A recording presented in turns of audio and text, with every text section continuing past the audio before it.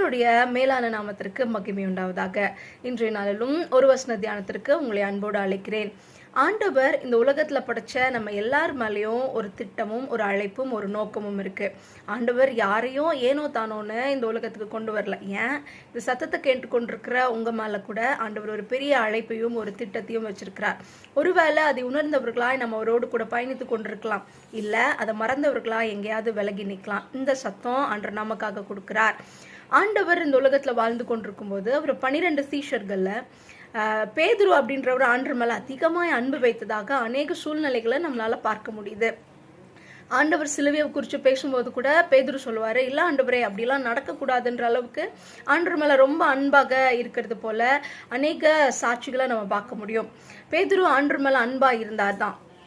ஆனா பேதுரு இயேசு சாமி சிலுவையில காட்டி கொடுக்கப்படுகிற அந்த வேலையில காட்டி கொடுக்கப்பட்டு கெத்செமனேல ஆண்டவர் காட்டி கொடுக்கப்பட்டு சிலுவைக்கு கொண்டு போகிற அந்த அந்த ப்ராசஸ், அந்த காரியங்கள் நடந்து கொண்டிருக்கிறது. ஆண்டவர் கெத்செமனேல இருந்து பிரதான ஆசாரியர் இடத்திற்கு கூட்டி கொண்டு போகப்படுகிறார். பேதுருவும் கூட போறாரு, ஆனா உள்ள போகல, அவர் வாசல் அருகே நிற்கிறார்.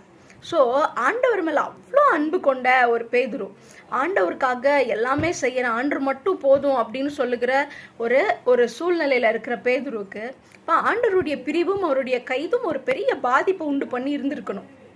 ஆனா நடந்தது என்ன, அங்க வெளியே நின்ற மற்ற எல்லாரும் என்ன பண்றாங்கன்னா, குளிர்காலமா இருந்தபடினால கறி நெருப்பை போட்டு குளிர் காய்ந்து கொண்டிருந்தார்கள். பேதுருவும் அவரோடு கூட சேர்ந்து குளிர் காய்ந்து கொண்டிருந்தார் அப்படின்னு வேதம் சொல்லுது. யோவான் 18:18 இந்த காரியம் குறிப்பிடப்பட்டிருக்கு. எப்படி அவரு மற்றவர்களோடு சேர்ந்து குளிர் காய்ந்து கொண்டிருக்க முடியும்?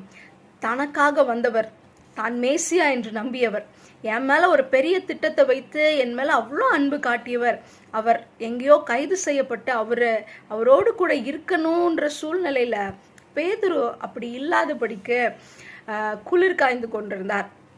ஸோ ஆண்டவரை விட்டு அந்த இருக்கிற அந்த சில நிமிடத்துல, அந்த குறுகிய காலத்து கட்டத்துல ஒரு கதகதப்பான ஒரு உணர்வை கொடுத்தது அந்த நெருப்பு. ஸோ அதனால பேதுரு ஒரு பெரிய திட்டத்தையே மறந்து போனவராய், ஏன் இன்னும் சொல்ல போனா இயேசுவையே மறுதலித்தவராய் மாறி போனார்.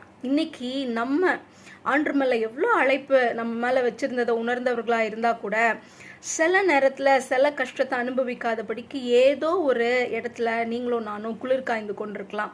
ஒருவேளை அது தேவையற்ற நட்பாக, நம்மளுடைய வேலை, படிப்பு, சம்பாத்தியம், பேர், புகழ், பதவி, இல்லை எனக்குன்னு நான் எடுத்துக்கிற என்னுடைய சுயம், ஏதாவது ஒரு காரியம், அல்ல ஃப்ரெண்ட்ஸை சந்தோஷப்படுத்தணும்னு சேர்ந்து உலகத்தாரோடு கூட நானும் ஏதாவது ஒரு வகையில் ஆண்டரை விட்டு விலகி குளிர் காய்ந்து கொண்டிருந்தேன்னா இந்த சத்தம் நமக்காக தான்.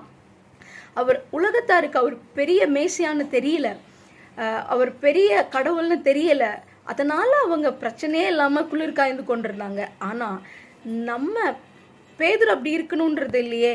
ஆனாலும் பேதுரு குளிர் காய்ந்து கொண்டிருந்தவரா இருந்தார். திருப்பவும் ஆண்டவர் அவர் அப்படியே விட்டுறல. ஒரு உயிர் தெரிந்த பிறகு பேதுருவை தேடி வந்து அழைத்தார். அவருடைய அழைப்பை கடைசி வரைக்கும் உறுதிப்படுத்தி அதை வெற்றி சிறக்க பண்ணினார்.